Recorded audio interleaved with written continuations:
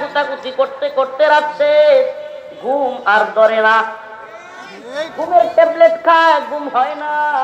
এমন অনেক বড় লোক আমরা সচক্ষে দেখেছি।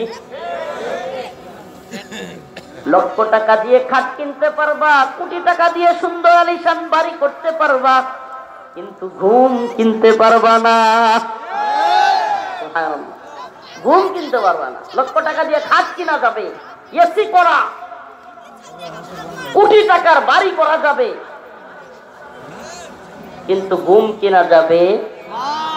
চিকিৎসক প্রয়োজনে ৫-৬টা কিনে রাখতে পারবেন, কিন্তু সুস্থতা কিনতে পারবেন পারবেন না ভাই। এই জন্য ওই আল্লাহকে স্মরণ করুন যে আল্লাহ আপনাকে সব কিছু দিতে পারে। ওই আল্লাহর দিকে আসুন। ফাফিরু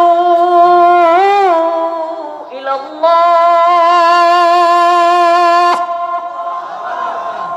আমার আপনার মালিক হাতছানি দিয়ে ডাকতেছে, আয় আয় আয় বান্দা, আমার দিকে আয়, আমার দিকে ফিরে আয়।